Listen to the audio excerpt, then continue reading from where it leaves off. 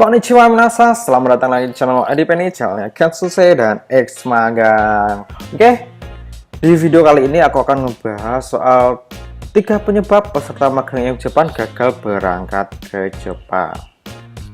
Nah, mungkin sebagian dari teman-teman itu menganggap bahwa program peserta magang ke Jepang ini memang sulit, terus prosesnya lama dan ribet. Terus juga ada yang beranggapan bahwa proses magang ke Jepang IM Japan ini lebih murah dan lebih gampang daripada proses magang ke Jepang melalui LPK SO. Nah, karena banyaknya asumsi-asumsi yang menyebutkan hal tersebut dan beranggapan bahwa kiranya magang ke Jepang ini gampang ataupun susah, maka di video kali ini aku akan ngebahas hal tersebut yang menyebabkan gagal berangkat ke Jepang, khususnya untuk peserta magang IM Japan ini. Di video kali ini aku akan menyebutkan 3 hal, jadi akan aku sampaikan satu persatu. Jadi buat teman-teman yang ingin memahaminya, bisa nonton secara pelan-pelan dan dipahami. Yang pertama yaitu kurangnya pemahaman program yang diikuti. Nah, jadi sebagian besar mungkin berpikiran kalau program magang IM Jepang ini gampang untuk diikuti dan prosesnya, alurnya sudah terpercaya karena bekerja sama dengan Disnaker. Tapi apabila kalian tidak memahami program IM Jepang ini dengan detail, dengan rinci, dengan sepenuhnya, maka bisa dipastikan kalian akan gagal di tengah jalan dan tidak bisa berangkat ke Jepang. Maka dari itu, pentingnya untuk memahami program ini secara detail dan lengkap. Jadi buat teman-teman sebelum mengikuti prosesnya, alurnya, ya lebih baik kalian mencari informasi terlebih dahulu tentang program ini, tujuannya, benefitnya, lama prosesnya, dan resiko-resiko lainnya yang perlu dipertaruhkan untuk mengikuti program ini. Informasi banyak sekali yang bisa kalian lihat di internet, di Google maupun di YouTube. Karena di sana banyak sekali informasi. Dan apabila memang teman-teman ingin mencari informasi di channel Edipen ini, cari aja playlist magang ke Jepang. Nah, di situ tersedia banyak sekali informasi seputaran program IM Japan ini.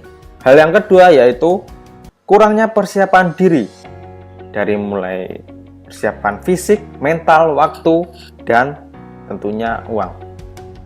Karena untuk mengikuti proses seleksi magang ke Jepang atau program magang ke Jepang IM Japan ini harus mengorbankan banyak dari mental, fisik, waktu, dan uang. Kenapa? Karena proses magang ke Jepang melalui IM Japan ini prosesnya sangat panjang dan sangat melelahkan. Kurang lebih kisaran 1 tahun. Jadi apabila memang teman-teman hanya ingin segera magang ke Jepang dan cepat berangkat, maka lebih baik kalian tidak mengikuti program IM Japan ini. Karena program magang ke Jepang IM Japan ini memerlukan banyak persiapan dari mulai fisik, mental, waktu, tenaga, dan tentunya uang. Jadi mereka yang hanya berpikir cepat berangkat bisa dipastikan akan gagal berangkat ke Jepang melalui program IM Japan ini. Karena program magang ke Jepang ini selain persiapan yang matang, terus fisik yang kuat, mental yang kuat, dan tentunya harus mempersiapkan uang untuk wirawiri dalam proses ikutan IM Japan ini. Memang untuk program ini sebetulnya gratis, tapi juga harus memerlukan uang untuk perihal wirawiri, terus menunggu prosesnya, tesnya yang jauh, dan untuk pembuatan paspor dan sebagainya. Jadi enggak semuanya gratis, tapi memang biayanya ringan, tapi juga memerlukan uang. Nah, di 2 hal yang aku sebutin tadi, yaitu itu di faktor internal ya, kurang lebihnya dari diri sendiri. Nah, di faktor yang ketiga ini atau hal yang ketiga ini yaitu faktor eksternal. Bisa berupa yang nasib kurang bagus, dan ada beberapa hal yang tidak bisa kalian paksakan dan kalian terpaksa harus gagal berangkat ke Jepang. Nah, selain nasib yang sial juga karena kemungkinan ada kesehatan kalian kurang bagus, terus bisa juga perusahaan yang tiba-tiba meng-cancel kalian.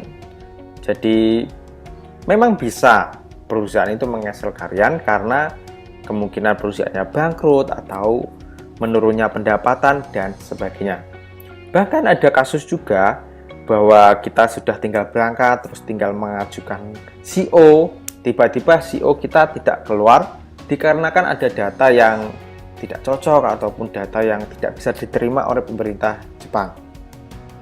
Jadi bukan hanya faktor internal, baik dari kesiapan kita, terus kurangnya pemahaman program, tapi juga ada faktor-faktor eksternal yang bisa menggagalkan kita berangkat ke Jepang.